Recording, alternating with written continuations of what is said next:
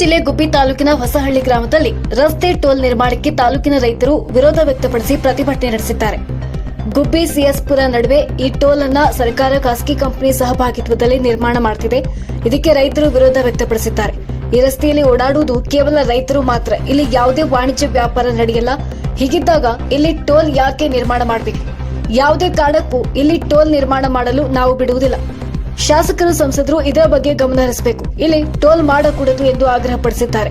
ನೂರಾರು ರೈತರು ಈ ಪ್ರತಿಭಟನೆಯಲ್ಲಿ ಭಾಗವಹಿಸಿದ್ದರು. ನ್ಯೂಸ್ ಬ್ಯೂರೋ, ರಾಜಮುದ್ರಿ ನ್ಯೂಸ್, ಧ್ವನಿ ನಿಮ್ಮದು, ಜಾಲ ನಮ್ಮದು.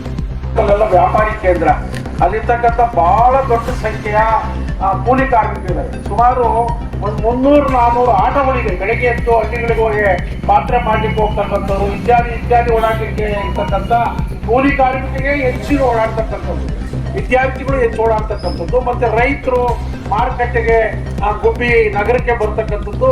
ಬಹುತೇಕ ಇಲ್ಲೆಲ್ಲ ಏನು ಈ ಅಕ್ಕಪಕ್ಕ ಇರ್ತಕ್ಕಂಥ ಸಿಎಸ್ಪುರದಿಂದ ಗುಬ್ಬಿಗೆ ಓಡಾಡ್ತಕ್ಕಂಥ ರೈತರು, ಕಾರ್ಮಿಕರು ಮತ್ತೆ ವಿದ್ಯಾರ್ಥಿಗಳು ಓಡಾಡ್ತಕ್ಕಂಥ ಜಾಗ. ಇಲ್ಲಿ ಯಾವುದೇ ರೀತಿಯ ಭಾರಿ ವಾಹನಗಳು ಓಡಾಡೋದಿಲ್ಲ ಅಂತಕ್ಕಂಥದ್ದು ಗೊತ್ತಿರ್ತಕ್ಕಂಥದ್ದೇ. ಯಾಕೆಂದ್ರೆ ಇಲ್ಲಿ ಯಡಿಯೂರಿಗೆ ಯಾವುದು ಭಾರಿ ವಾಹನ ಓಡಾಡಲ್ಲ. ಅಲ್ಲಿ ಓಡಾಡ್ಲಿಕ್ಕೆ ಹಾಸನ ರಸ್ತೆ ಇದೆ, ಇಲ್ಲಿ ಓಡಾಡ್ಲಿಕ್ಕೆ ಶಿವಮೊಗ್ಗ ರಸ್ತೆ ಇದೆ. ಇಂಥ ಒಂದು ಸಂದರ್ಭದಲ್ಲಿ ಇಲ್ಲಿ ಟೋಲ್ ಅನ್ನ ಮಾಡಿ ಬಡವರನ್ನ, ರೈತರನ್ನ ಶೋಷಣೆ ಮಾಡ್ತಕ್ಕಂಥದ್ದು ತಪ್ಪು.